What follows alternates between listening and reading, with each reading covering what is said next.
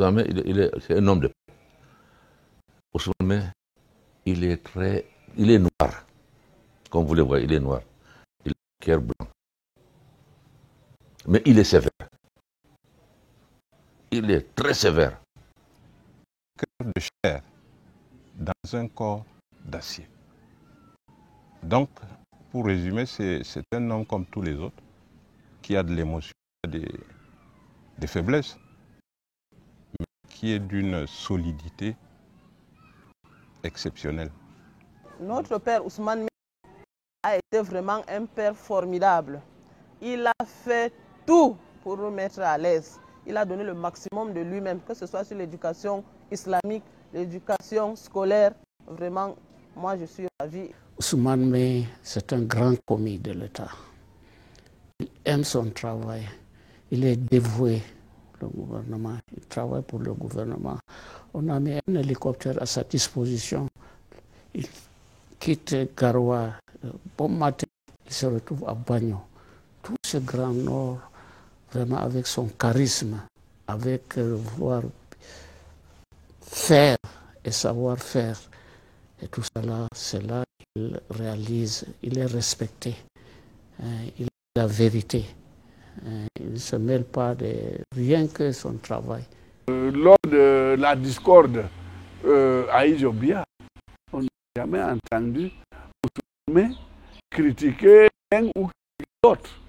Il est resté fidèle à Ijo et il est resté attaché au service du nouveau président. Voilà la personne, la personnalité du gouverneur Ousmane.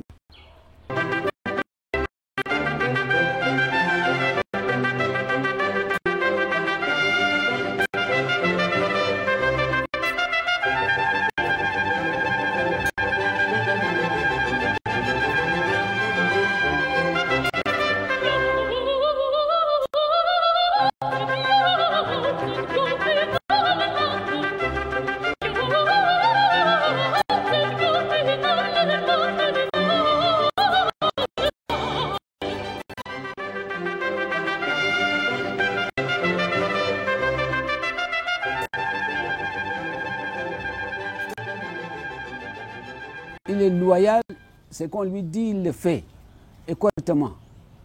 Ça, c'est la loyauté. Il est digne d'un homme, c'est qu'il considère tous les hommes comme lui-même. Il ne dénigre pas un homme en disant, lui, il est petit, trop petit, c'est pas comme moi je suis gouverneur, lui, il est rien. Non, il est administrateur vraiment de grande qualité. C'est un administrateur de grande qualité, qui était bien formé, honnête. Ousmane Mey a dirigé 30 ans, à peu près 30 ans sans... Il n'est pas sorti avec même pas avec deux chevaux, même pas avec une voiture. Tout appartient à l'État et il a laissé à l'État comme tel. Serviteur discret, c'est qu'il est discret, il ne se gonfle pas, il ne se montre pas. Il est discret dans le service, discret auprès de son chef, discret auprès du peuple. Il est loyal, il est loyal. Discret? Ouh, ça ne parlons pas. M. Ousmane, c'est un monsieur loyal, honnête, travailleur. Il aime son pays. Depuis qu'il a été gouverneur, c'est un exceptionnel gouverneur. Il n'y avait pas deux comme lui. Nous, on le voyait un gouverneur exceptionnel. Il n'y a pas comme lui. Moi, je ne dis pas parce que c'est un frère ou c'est un camarade. Il travaille, c'est quelqu'un qui travaille bien. J'ai constaté que dans l'administration, je n'ai pas vu quelqu'un comme Ousmane Mey. Il travaille, il ne s'amuse pas. Il s'occupe de son travail. On ne peut pas le reprocher, dire que Ousmane a fait ça, a fait ça. Il est droit. C'est ici, à Kousséri, dans cette concession à la verdure luxuriante, que l'ancien gouverneur de l'ancienne vaste province du Nord, Ousmane Mey, coule paisiblement ses vieux jours. Kousséri, au lieu de mémoire, porte sur plusieurs sites les traces de l'histoire événementielle. La colonisation française, marquée d'une pierre blanche le 22 avril 1900. Ce jour-là, deux figures emblématiques tombèrent sur le sol de Kousséri, à savoir l'empereur Rabat, le dernier monarque de l'empire du Bornou, abattu par une colonne française, tandis que le commandant français Lamy était mortellement blessé en ces lieux, avant d'être transporté à quelques encablures de là, puis finalement enterré précipitamment tout près du lit du fleuve Logone. Aujourd'hui, comme produit de l'histoire et de la géographie, Kousséri, ancien fort fourreau de l'époque coloniale, fait face à N'Djamena, ancien fort Lamy. Les deux cités jumelles conservent deux liens vitaux indissociables. D'abord, le débarcadère, ou plutôt ce qu'il en reste, sur la rive camerounaise du Logone. Ensuite, et en vedette par ces temps de modernité, le pont de Ngeli, qui grouille de monde dès le lever du jour. Véritable plaque tournante de l'économie locale, où plusieurs policiers camerounais et tchadiens veillent au grain de part et d'autre.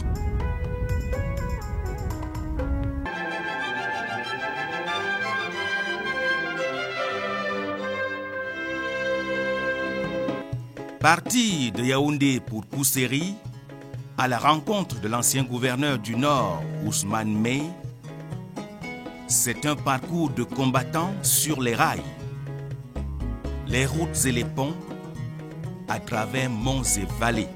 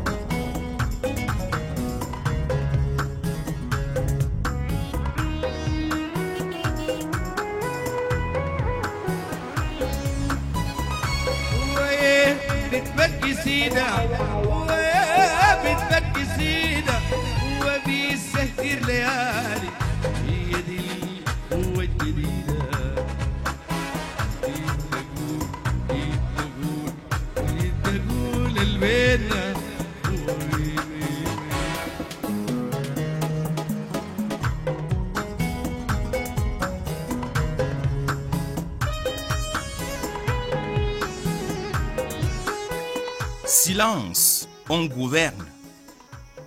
Petite incursion dans les archives de la région du Nord.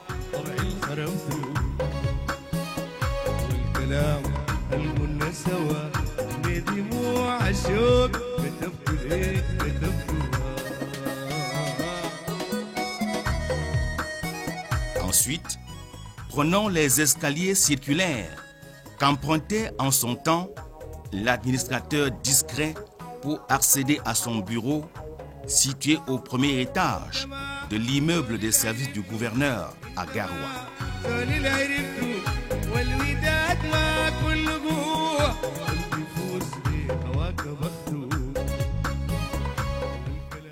Dispositif toujours en place, mais affecté au secrétaire général actuel des lieux.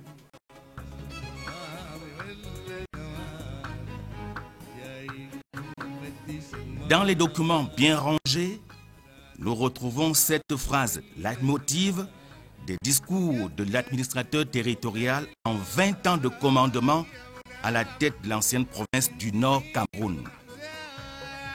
Tenez, et c'est un adage arabe, on est sage quand on sait se taire, écouter, se rappeler, étudier, puis agir. Fin de citation.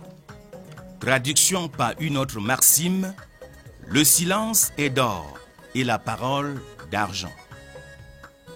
Ainsi, en raison du silence qu'il cultive sans cesse depuis sa retraite à Kousséri, vous n'entendrez pas dans ce documentaire la voix du principal acteur qui promet néanmoins de s'exprimer un jour dans ses mémoires. Mais rassurez-vous, nous avons recueilli sur le terrain des témoignages fort édifiants sur le personnage. Mon père, El Hadj Ousmane Mey, est né vers 1925 à Kousséri. Son défunt père s'appelait Maloum Mey, un grand marabout dans le temps. Et sa défunte mère s'appelait Mariam. Votre ami Ousmane Mey, dans l'enfance, la petite enfance, vous vous avez rencontré comment? C'est-à-dire, nous sommes dans le même quartier. Leur construction, même pas à 5 mètres là. Après cette maison, c'est leur maison. Et puis, vous savez, son père, c'était un marabout. On a commencé l'école coranique chez son père. On a commencé d'abord l'école coranique et après, on nous a pris à l'école. Quel genre d'enfant était Ousmane Mey à l'époque? Est-ce qu'il est déjà quelqu'un qui raisonne beaucoup ou bien qui réfléchit beaucoup parmi vous les enfants? C'est quelqu'un qui réfléchit beaucoup. Depuis l'enfance? Il est bien éduqué. Comme je vous ai dit que son père, c'était un marabout. Hein? L'enfant d'un marabout, dès l'enfance, lui, il est éduqué. Son père lui dit, il ne faut pas faire ça, il faut faire ça. Ici, c'est ce que son père lui dit. Qu'est-ce qu'un marabout? Marabout, c'est quelqu'un qui apprend le Coran. Un maître qui apprend le Coran aux enfants. Vous savez, notre religion, les musulmans, c'est le Coran. C'est ça. Dans le temps, pour recruter les enfants à l'école, vraiment les gens fuient, ils prennent les enfants. Ils laissent le pays même. Parce qu'ils ne veulent pas aller à l'école. Et le père qui était marabout a su très tôt qu'il doit envoyer son enfant à l'école? Non, non. On l'a arrêté de force. On nous a arrêté de force. On vient comme ça, vous avez un enfant, 2, 3, on prend peut-être 2 pour les envoyer à l'école. Qui vous arrêtait? Là, nous cherchons. Il commence ses études primaires à Kousséri. Et son défunt père n'a jamais voulu qu'il fréquente. Raison pour laquelle on l'a même caché jusqu'au Nigeria. Et quand les Blancs sont arrivés, ils ont demandé à retrouver mon père contre une rançon. Et le jour où il est arrivé à Kousséri, les gens ont soufflé que le petit garçon dont vous avez besoin était là. On a donc mis la main sur mon père. Finalement, il a été major de sa classe cours élémentaire 2 pour le cours moyen 1. Quand il partait de Kousséri, c'était pour le cours moyen 1. Parce qu'il n'y avait pas de cours moyen 1 à l'époque ici. Et arrivé à Garoua, on l'a donc orienté vers le cours moyen 2, puisqu'il a été major de sa classe. Il disait que c'était vraiment difficile pour lui.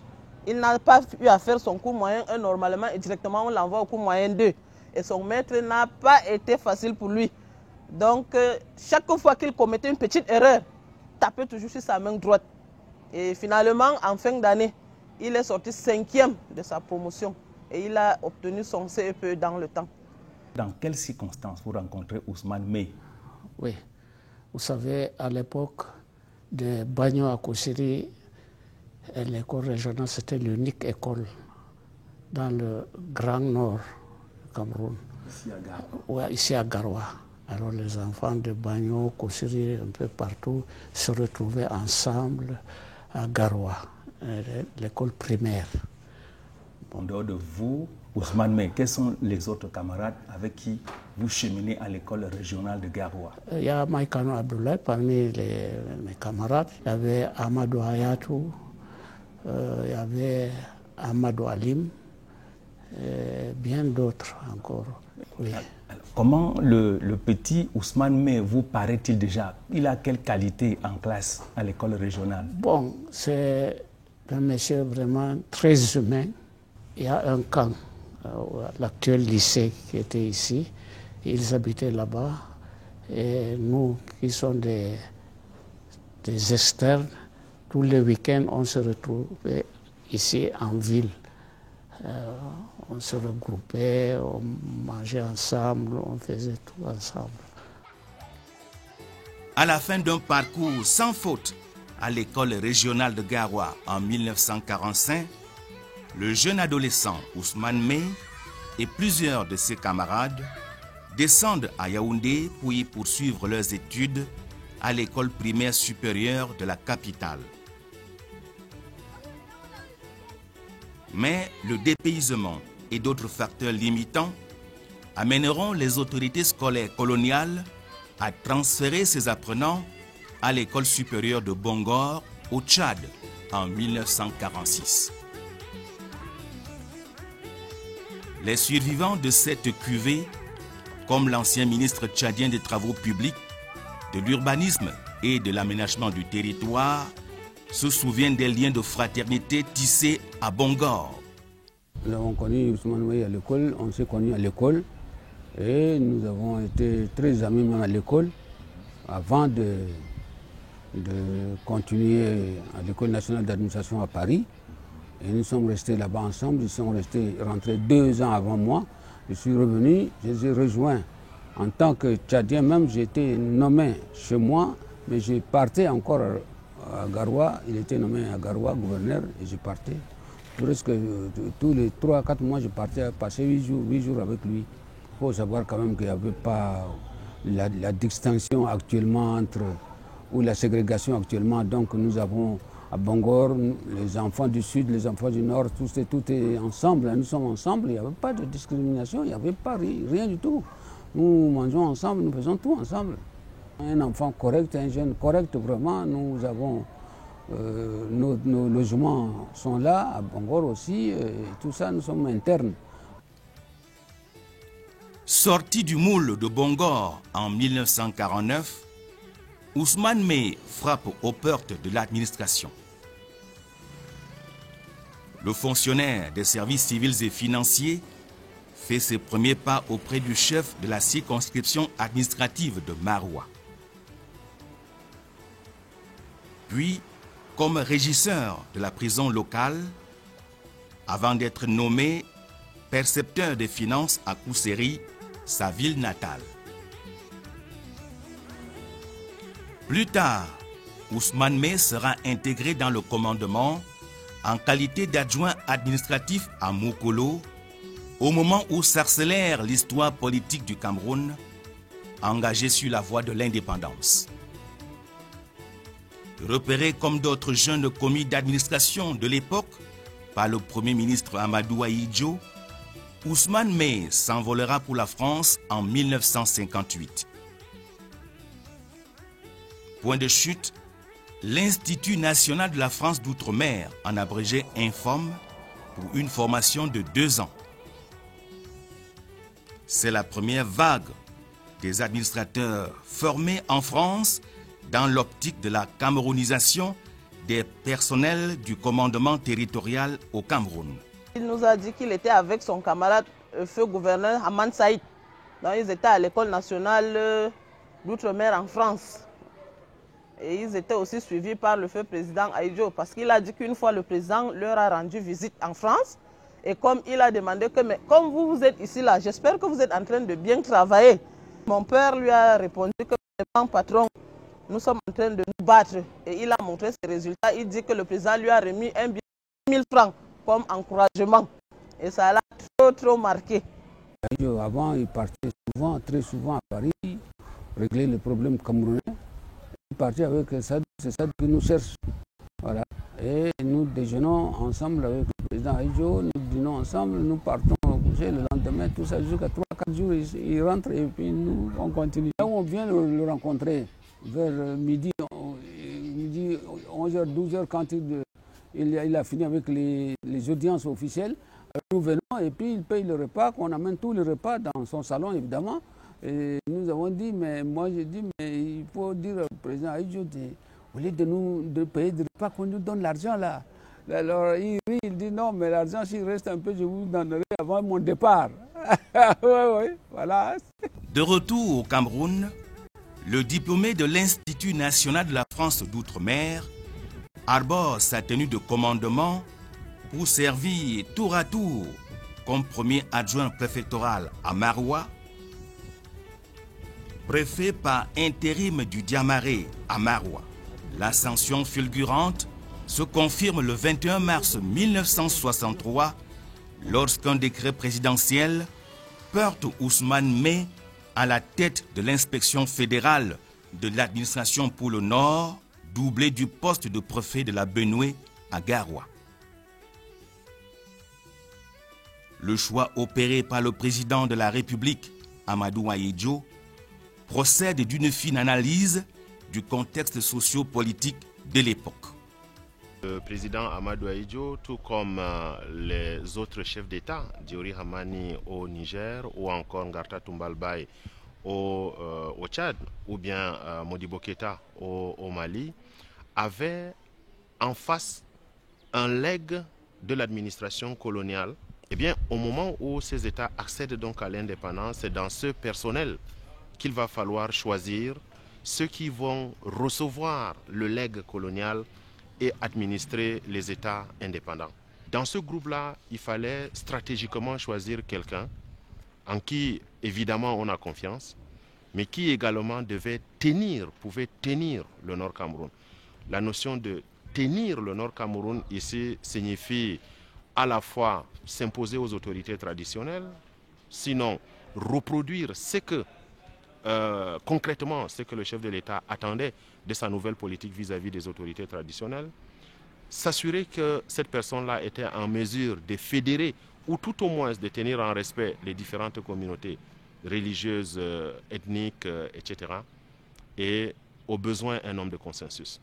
On peut dire que le choix de Ousmane Mey avait cet avantage que Ousmane Mey est issu, d'un groupe ethnique qui n'a pas de contentieux historique, ni avec les groupes musulmans islamisés du Nord Cameroun, ni avec les groupes dits Kirdi dans la partie septentrionale. Deuxièmement, il fallait, je pense, un musulman à la tête de la région, davantage pour ne pas effaroucher, entre guillemets, les chefs traditionnels, les autorités traditionnelles dont les plus fortes, dont les plus importantes étaient les Lamibé Peul, les Tlix Mandara ou bien les Mey Kotoko.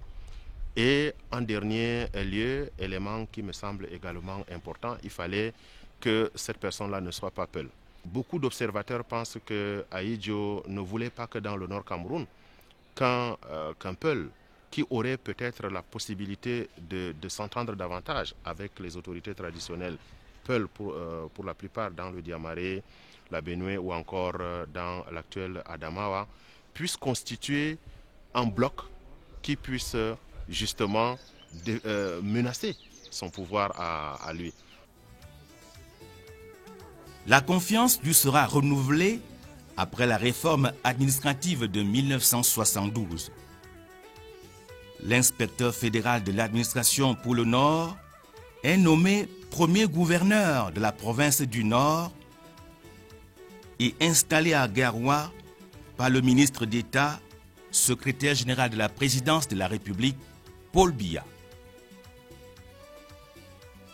Selon des témoignages concordants et dignes de foi, l'homme de confiance dans le Grand Nord Cameroun deviendra au fil des ans le confident du président Amadou Ahidjo et même l'un de ses conseillers les plus écoutés.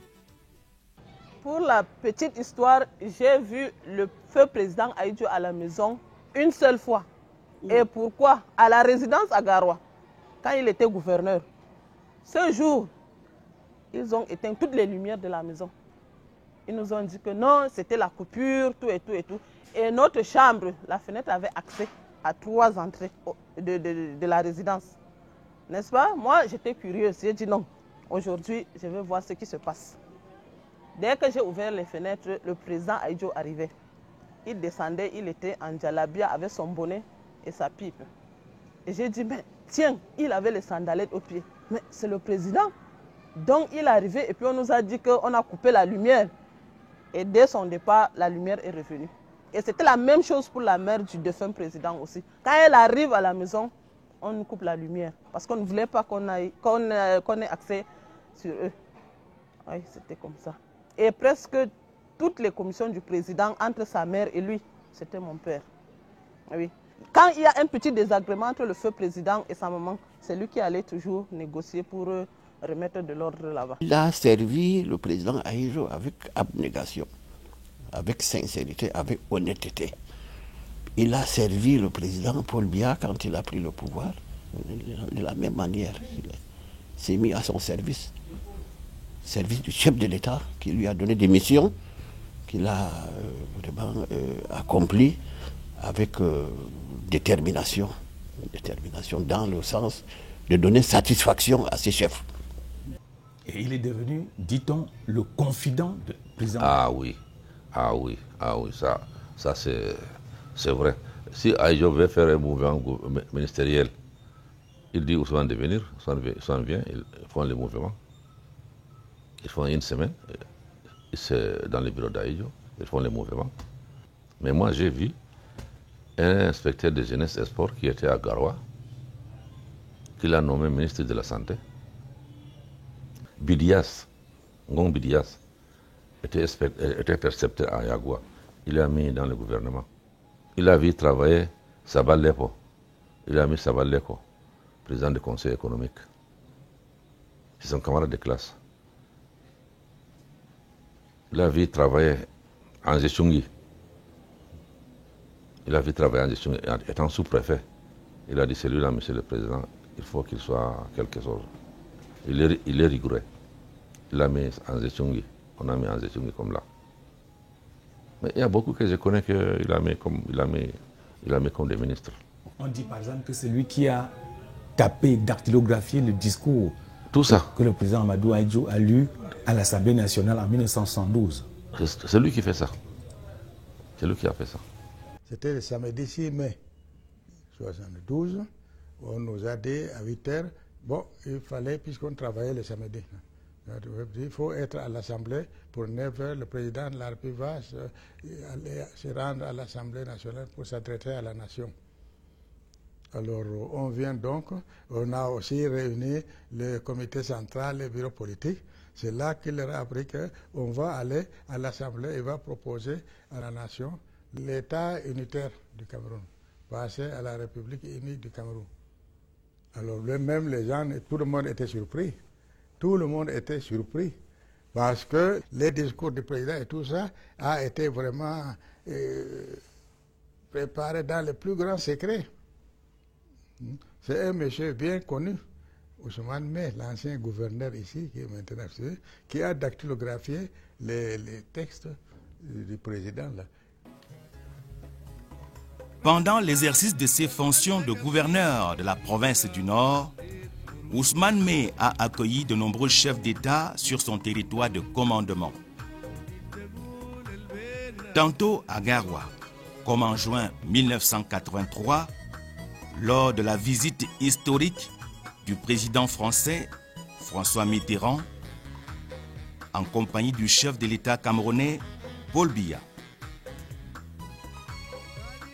Tantôt à Ngaoundéri, comme en 1974, quand le président Amadou Ahidjo reçoit ses homologues Morta Ouldada de Mauritanie et François Tombalbaye du Tchad.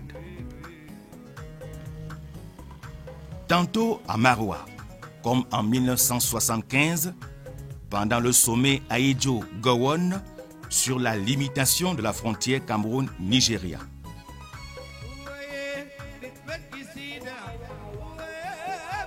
Mais déjà, au tout début, en 1964, on retrouvait Ousmane May N'Djamena au Tchad, Dans les coulisses de la création de la CBLT, entendez Commission du bassin du lac Tchad, derrière les 4 pères fondateurs.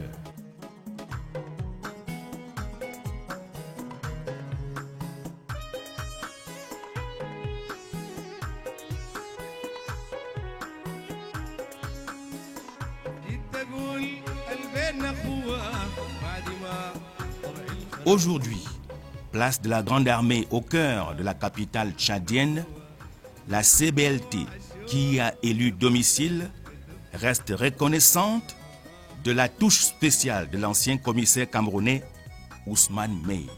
Ousmane Mey was one of the main elements that resulted in the creation of the Lake Chad Basin Commission. Le patriarche Ousmane Mey est l'un des principaux acteurs historiques qui ont œuvré pour la création de la Commission du bassin du lac Tchad à travers les accords de Fort Lamy, aujourd'hui N'Djamena.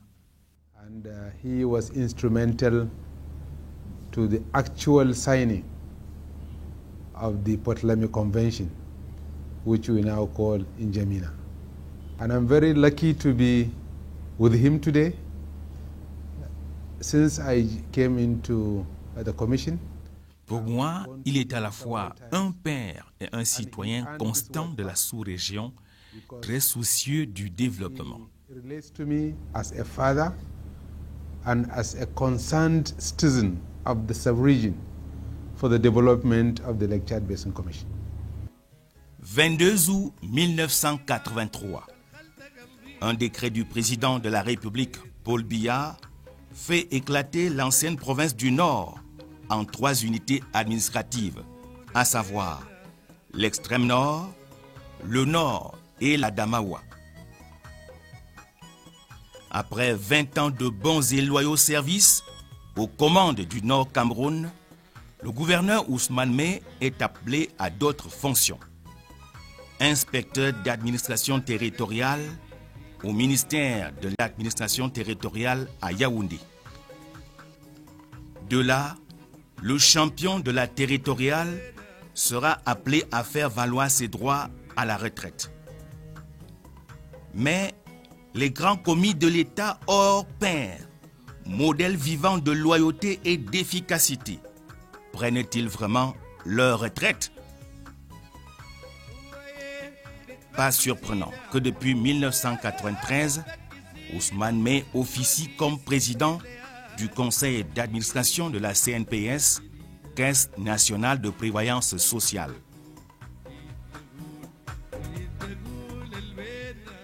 En somme, une carrière administrative longue, intense et riche qui inscrit Ousmane Mey dans les annales de l'histoire du Cameroun comme un haut commis de l'État de classe exceptionnelle.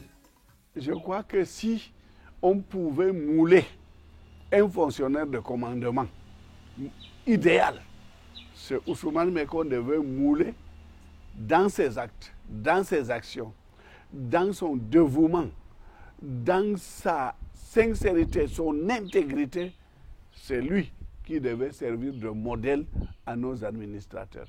Si tous nos administrateurs, toutes nos autorités ministérielles soient telles, étaient comme Ousmane Mey, on n'aurait jamais eu besoin de créer ni la CONAC, ni le contrôle supérieur, ni encore moins le tribunal criminel spécial. Je peux mettre ma main au feu. Ousmane, toute sa carrière, n'a jamais volé un franc de l'État, aussi bien du temps de la colonisation qu'après la colonisation. Et il est l'un des gens les plus heureux aujourd'hui au Cameroun.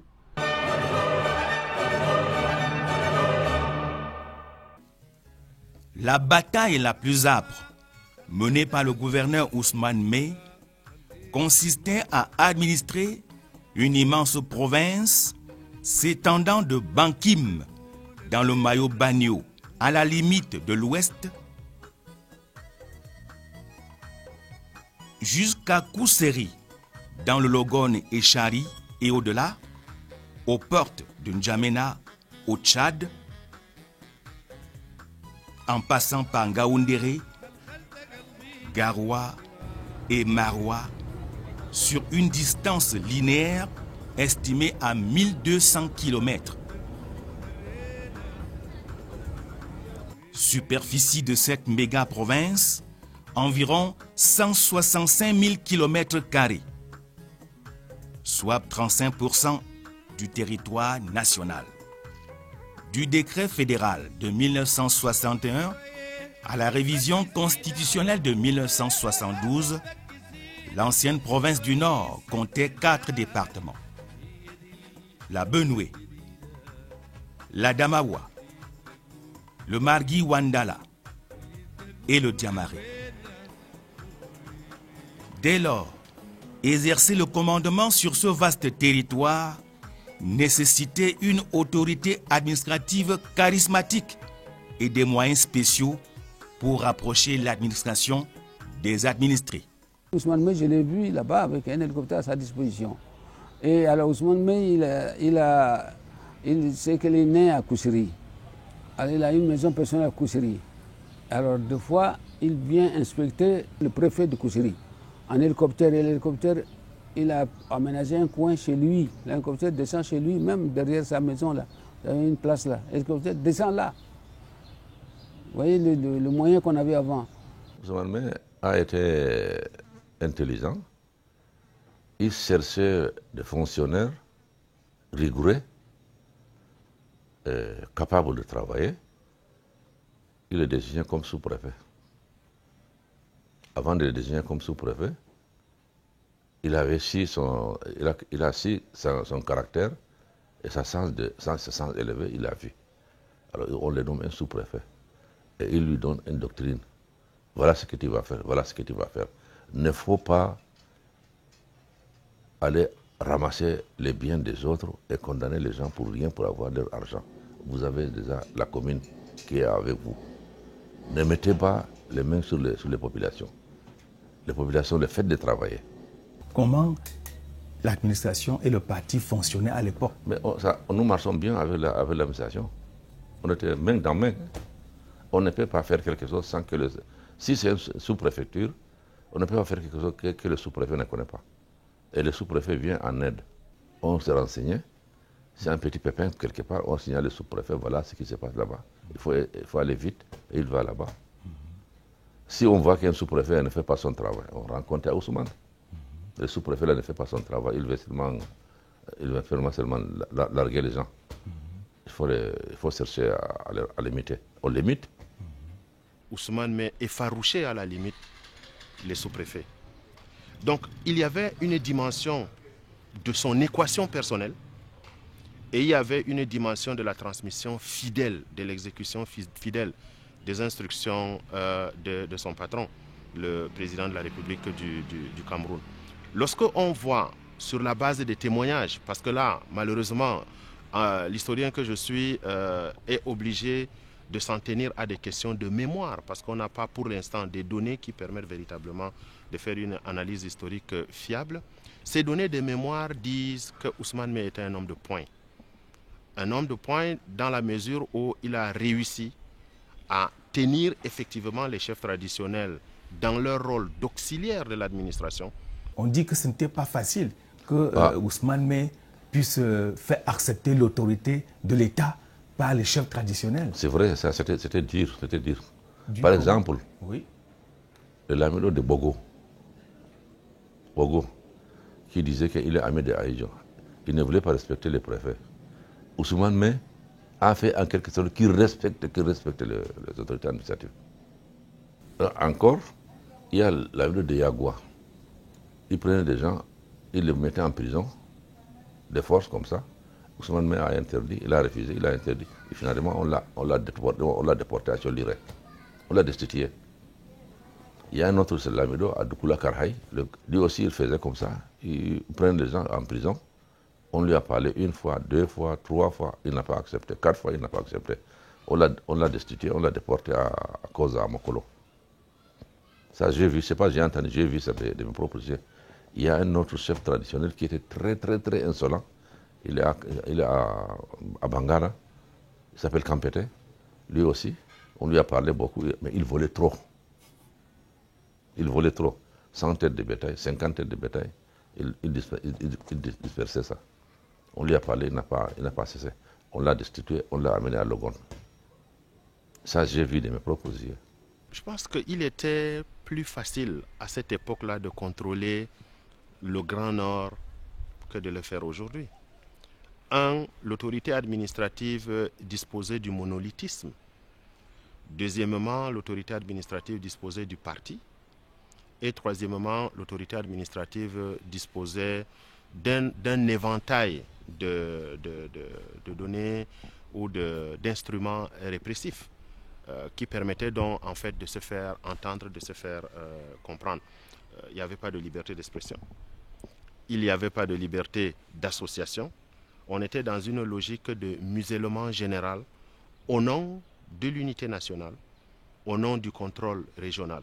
Le parti unique régentait le territoire politique et donc aux côtés de l'autorité administrative, les différents instruments du parti avaient la possibilité d'aller dans les villages, d'aller dans les contrées, aussi bien pour sensibiliser les parents à envoyer les enfants à l'école, que pour leur demander d'aller réfectionner les routes. À côté de cela, il y avait l'autorité traditionnelle, comme je l'ai dit tantôt, qui avait intérêt à collaborer avec l'autorité administrative parce que la destitution pouvait suivre les récalcitrants. L'autre défi à relever par le gouverneur Ousmane Mey avait trait à la complexité sociologique de la province du Nord. En effet, comme l'écrit l'historien Saïbou Issa dans un ouvrage publié en 2012 aux éditions Harmattan Cameroun, la diversité interne était telle que le processus politique variait d'une communauté ethnique à une autre. D'où les antagonismes tranchants nourris aux sources des rivalités anciennes. Par conséquent, l'autorité administrative devait tenir compte des subtilités sociologiques à l'intérieur d'un espace apparemment uniforme au plan socio-culturel.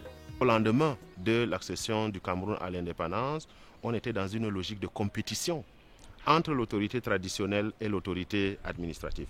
L'autorité traditionnelle pensait que le départ du blanc signifiait le retour à l'ordre ancien. L'autorité administrative devait à la fois imposer le nouvel ordre, mais dans cette imposition du nouvel ordre, il fallait également veiller à ne pas s'aliéner ces autorités traditionnelles dans un contexte où le pouvoir politique avait besoin de mettre ensemble toutes ces forces centrifuges, au nombre desquelles figuraient les chefs traditionnels, pour construire l'unité du Cameroun. Et il est clair, au regard des témoignages qui ont été faits ça et là sur l'administration de M. Ousmane, il a réussi, au moins sur ce plan-là, à fédérer les différentes autorités traditionnelles et les autorités administratives autour d'un contrôle régional efficient, autour d'un contrôle régional efficace. En Fulfulde, on a l'habitude de dire, quand vous prenez nombre de chansons, qu'il était ce qu'on appelait Djangol Lamibe, c'est-à-dire littéralement le froid des autorités traditionnelles, parce qu'effectivement, il leur faisait froid dans le dos, parce qu'effectivement, ils avaient, pour le dire en termes très familiers, peur de Ousmane Mey.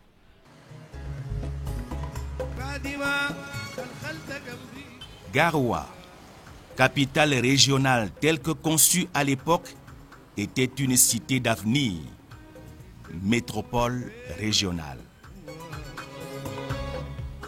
En tant que relais de développement pour le pouvoir central, il va sans dire que le gouverneur de la place avait l'impérieuse tâche de suivre de très près l'exécution des travaux dans les chantiers du gouvernement.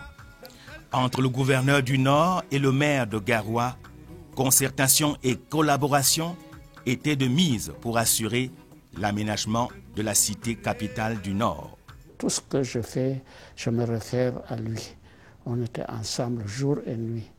Comme les frères, des vrais frères. Oui, je ne peux pas entreprendre quelque chose sans qu'il soit au courant d'avance.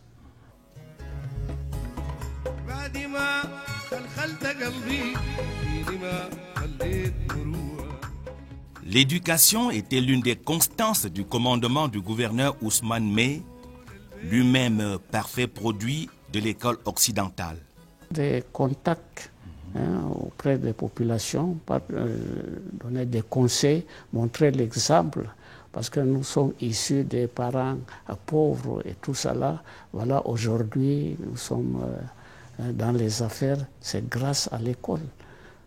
Vous savez, comme on dit souvent, celui qui éduque un enfant éduque la nation. Alors, vous voyez, c'est le bienfait. Vous savez, avant, pour amener au Nord Cameroun, pour enrôler les enfants, pour aller à l'école, ceux qui sont bien, nos chefs et tout ça là, prenaient les enfants pauvres, croyaient, se méfiant des Blancs et tout ça là. Maintenant, au jour d'aujourd'hui, ce sont eux qui sont aux commandes. Oui. Et vous pensez que le gouverneur Ousmane Mey a vraiment réussi à amener beaucoup d'enfants, de jeunes filles à l'école? Bien sûr, il a fait tout ce qu'il pouvait. Il a conseillé, parce qu'il y a aussi l'œuvre partie, il y a les chefs traditionnels, tout ça là pour sensibiliser qu'on amène les enfants.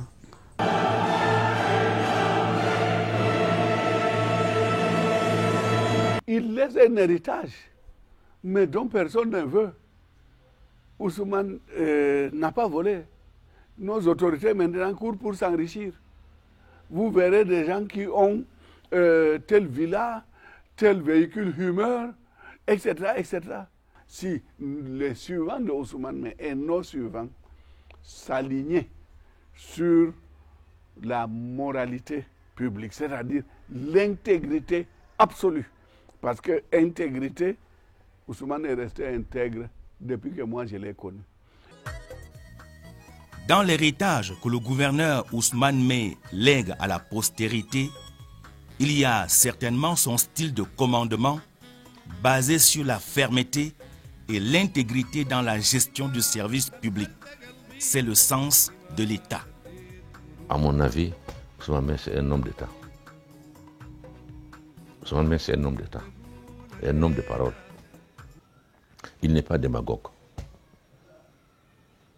Vous savez, il y a des gens qui sont démagogues. Devant vous, on parlait certaines choses. Quand il n'est pas là, il tourne comme ça. Mais Ousmane Mey, il te dit non, non, oui, oui. Ousmane Mey est connu par tous les Camerounais, ici au nord comme au sud. Ils connaissent que c'est quelqu'un qui s'est donné pour son travail. C'est quelqu'un qui aime son pays. Vous ne pouvez pas dire à Ousmane que, Ousmane, voilà, il faut faire ça. Il ne peut pas vous écouter. Il est droit. C'est quelqu'un qui est juste. Ça, même l'État le connaît. Notre honneur avant, c'est de diriger, gérer un budget que l'État vous donne au début du mois, et quand il dépense, quand il reste, il annonce aux finances, il reste tel que nous venons verser chez vous encore. Voilà, c'est ce qui est rare. Moi, je le considère comme un grand homme. Hein? Je ne sais pas ce que les Camerounais vont dire contre Ousmane, mais moi, je le considère que c'est un grand homme. Un homme qui a travaillé pour son pays jusqu'à sa vieillesse, et il continue, même aujourd'hui, à donner des conseils pour l'administration. Au moment où le feu président était en train de démissionner, les gens dans l'administration qui étaient avec lui ont dit que non, patron, nous allons aussi démissionner comme le président Ahidjo était en train de démissionner. Il a demandé que vous démissionnez, on va vous faire arrêter. Pourquoi? Vous êtes en train de servir le Cameroun, vous n'êtes pas en train de servir le feu président. Donc l'administration est continue. Il ne s'amusait pas. Il était sévère dans son administration. L'exemple que nous avons vu et vécu pendant tout ce temps nous a permis de comprendre que l'intérêt de l'État, l'intérêt général primait surtout.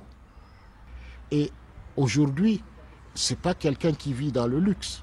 Vous avez été au village, il est toujours dans la modestie. Et cette modestie-là nous a aidés à comprendre que ce que l'État fait, c'est pour tout le monde. Ce n'est pas pour une personne pour qu'il puisse s'enrichir. Donc, cette éducation-là nous a permis de prendre à chaque fois les décisions pour l'intérêt général, pour que l'ensemble de la population puisse bénéficier de ce qu'il faut faire. En bonne place également dans cet héritage, les valeurs sociales, humaines et religieuses que le père a inculquées à ses enfants. Mon père a tenu d'abord à faire en sorte que nous puissions être éduqués comme tout le monde. D'abord, il fallait de la modestie. Après la modestie, il fallait absolument être prêt à suivre la religion.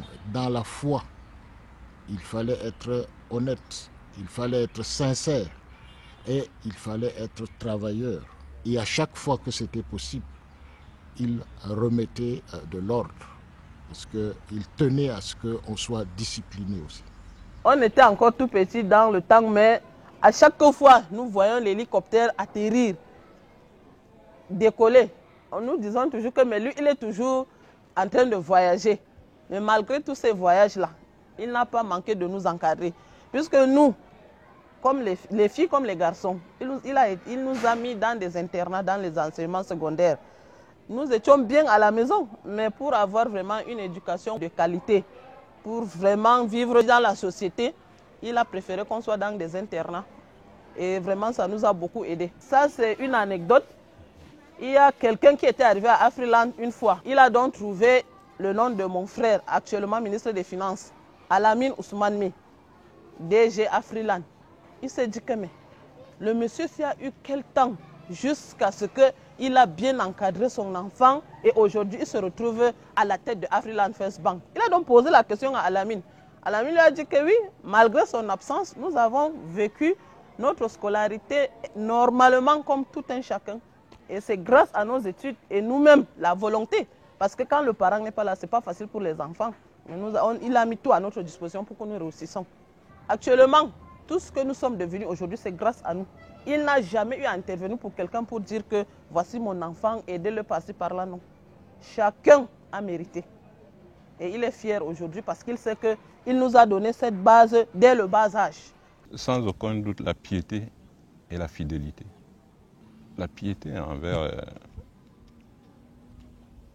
Dieu, la religion, c'est-à-dire qu'avec tous les agrégats que ça comporte, les principes de base, n'est-ce pas, d'un homme pieux.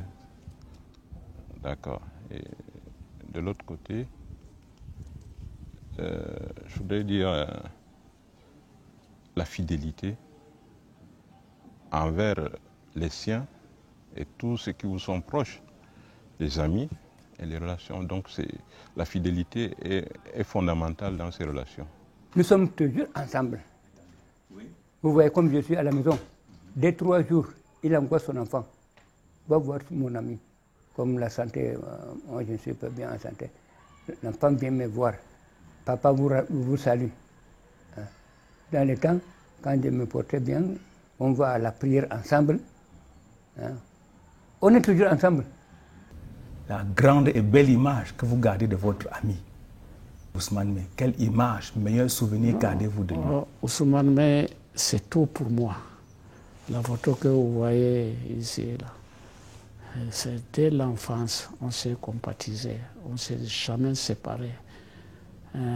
Même au jour d'aujourd'hui, on se téléphone tout le temps. Pour moi, c'est pas un camarade, un frère, un vrai frère. Le patriotisme sans contrepartie, la discrétion exemplaire font également partie des vertus que le gouverneur Ousmane Mey aura cultivées à fond tout au long de sa carrière, partout où il fallait défendre les couleurs nationales, l'honneur de la patrie.